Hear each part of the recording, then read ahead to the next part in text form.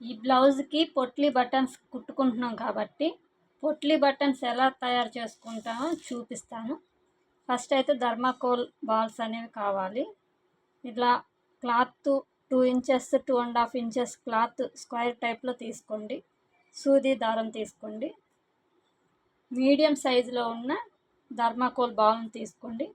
ఇలా ఈ సెంటర్లో పెట్టేసి క్లాత్ లూజ్ లేకుండా ఇలా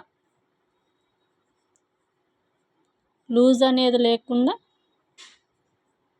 ఇలా గట్టిగా పట్టుకొని దారంతో ఇలా చుట్టేయండి. ఇలా ముడేయండి, గట్టి ముడి.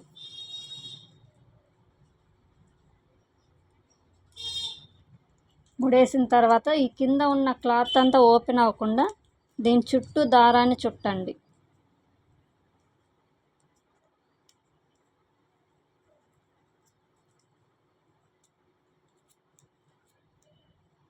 ఇలా చుట్టిన తర్వాత ఇది ఊడిపోకుండా కింద ఒక గట్టి కుట్టేయండి.